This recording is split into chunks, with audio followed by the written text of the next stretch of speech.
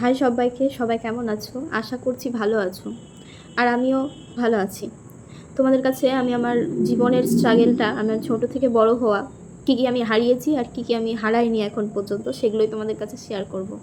তবে আমি আমার মতো মনে হয় কষ্ট কেউ পাইনি দুনিয়াতে। কেন যে ঠাকুর আমাকে মেয়ে রূপে জন্ম দিয়েছে।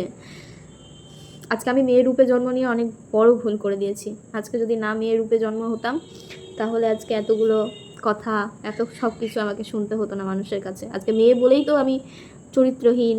আজকে মেয়ে বলেই আমার কপালে দাগ, আমার হাতে পায়ে দাগ, মেয়ে বলেই। আজকে মেয়ে না হলে এসব হতো না।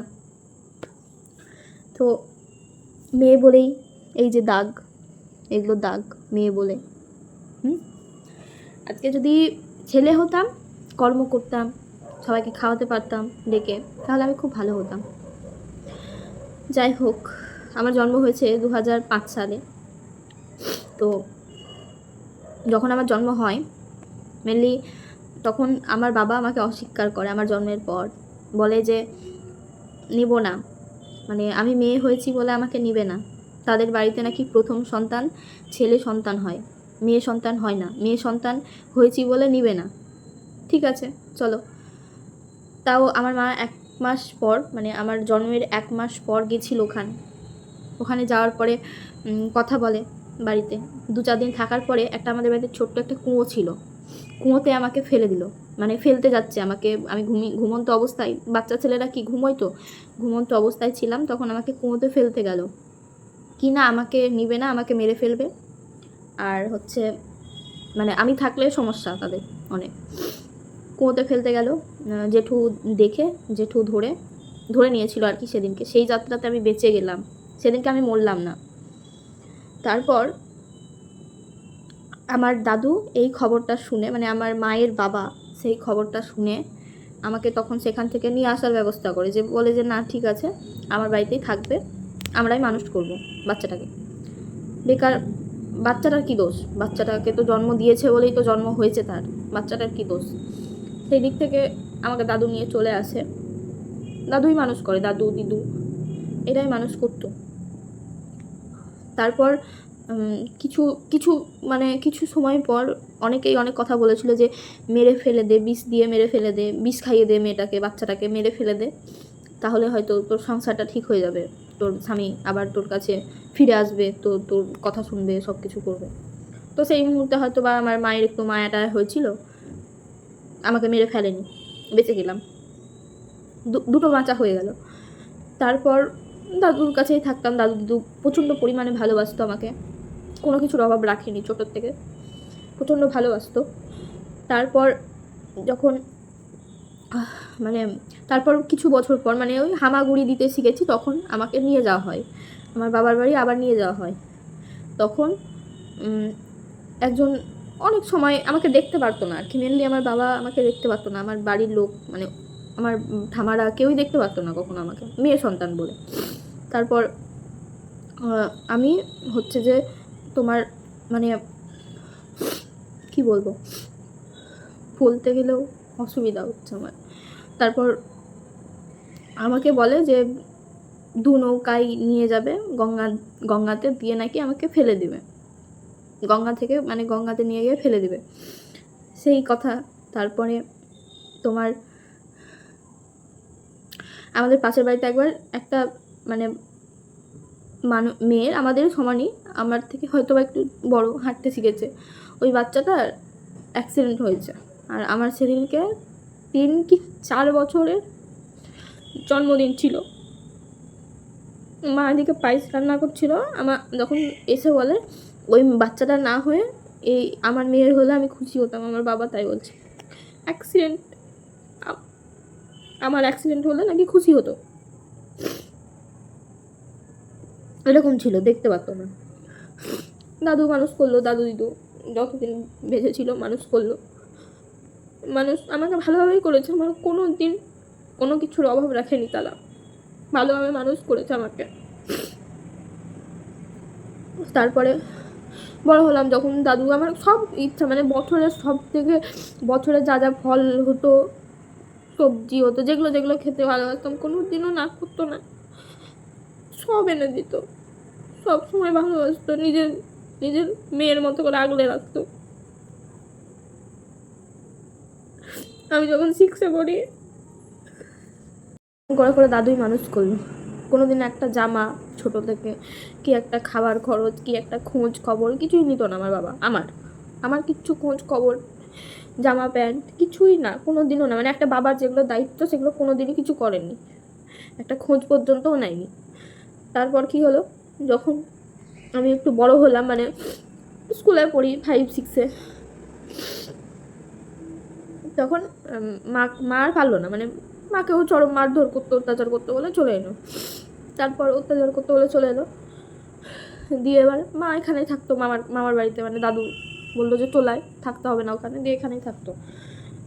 দিয়ে মানুষ টানুষ হলাম। একদিন হঠাৎ করে দিদুর স্ট্রোক হয়ে গেল। দিদু আর কথা বলতে পারতো না।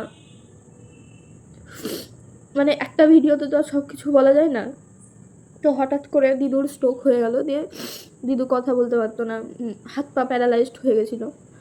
বড় মাসির বাড়িতে অনেক দিন ছিল, মানে দিদু অনেক দিন অসুস্থ ছিল, মানে 1.5 বছর মতো ওখানে বড় মাসির বাড়িতে থাকলো। তখন আমি দাদুর সাথে, মানে দাদু রাগ টাগ হলে বা মা বকলে মারলে দাদু খাইয়ে দিত।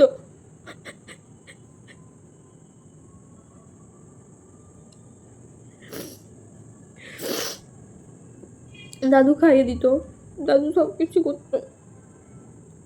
কোনোদিন একটা থাপ্পড় পর্যন্ত মারেনি, কোনোদিন বাজে কথা বলেনি আমার দাদু দিদু আমাকে, কোনো আঁচ আসতে দেয়নি, বুঝতেই দেয়নি যে তোর মা বাবা তোকে পছন্দ করে না এই কথাটা।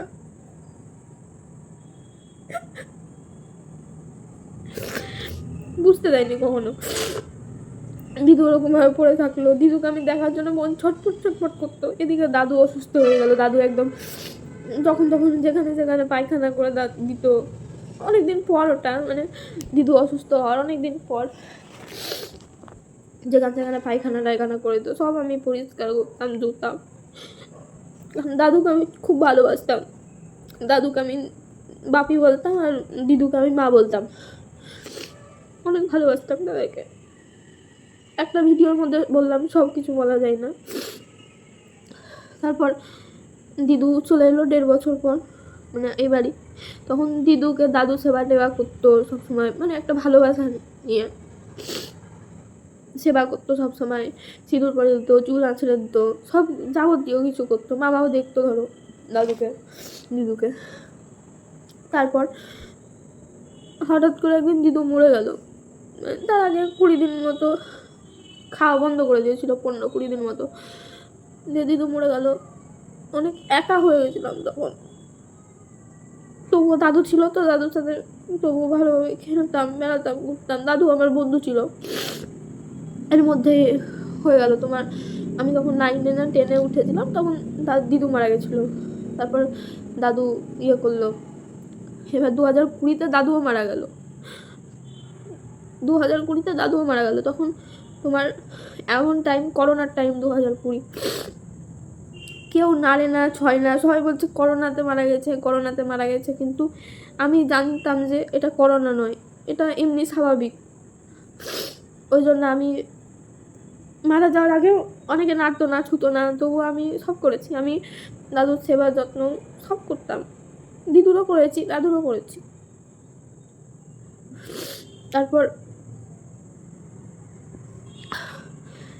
হঠাৎ করে একদিন দাদু অত চলে গেল, একা হয়ে গেছিলাম পুরোপুরিভাবে, কিছু ভালো লাগতো না।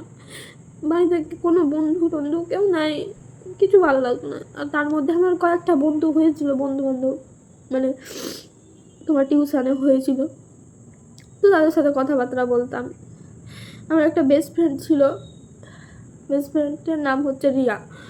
ও আমার সব কথা শুনতো, মানে দিদু দাদু মারা যাওয়ার পরে না, ও আমার খুব ভালো একটা বান্ধবী ছিল, ও সব কথা শুনতো আমার। তো এর গল্প অনেকদিন পরে বলবো। তারপর না ও মারা যায়, ওর ব্রেন ক্যান্সার হয়ে গেল, ও মারা যায়। অনেক কিছু ধরতে পেরেছি, অনেক, মানে আর বাঁচার ইচ্ছা করে না আমার, আর বাঁচার ইচ্ছা করে না। আমি ভাবতেই পারিনি আমার জীবনটা এরকম হয়ে যাবে, আমি এত বড় ভুল করবো, আমি ছাড়খাড় হয়ে যাবো, আমি কখনো চিন্তাও করিনি। আজকে আমার মুখ চোখ দেখে কি মনে হচ্ছে, জীবনে অনেক কিছু হারালাম, অনেক কিছু, মানে আমি ভাবতেই পারিনি। অনেকে আছে না যে জীবনে কত সুন্দর আনন্দ ফুর্তি নিয়ে বাঁচে, এইটুকু বয়সে আমি জীবনে কত কিছু হারিয়েছি। চার পাঁচখানা বন্ধু বান্ধব, দুটা দাদা, দাদু দিদু, সবাইকে হারিয়েছি, সবাইকে। মাঝে মাঝে নিজেকে পাগল মনে হয় এখন।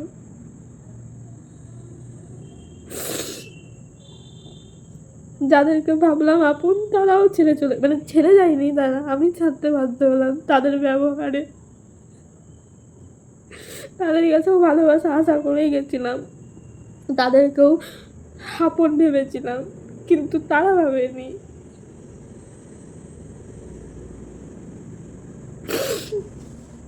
কি বলতো, পৃথিবীতে দুনিয়াতে কেউ আপন হয় না, কেউ না। তোমাকে সবাই স্বার্থে ব্যবহার করবে, স্বার্থে। কেউ তোমার আপন মানুষ নয়, সবাই উপর উপর দেখায় ভালোবাসা।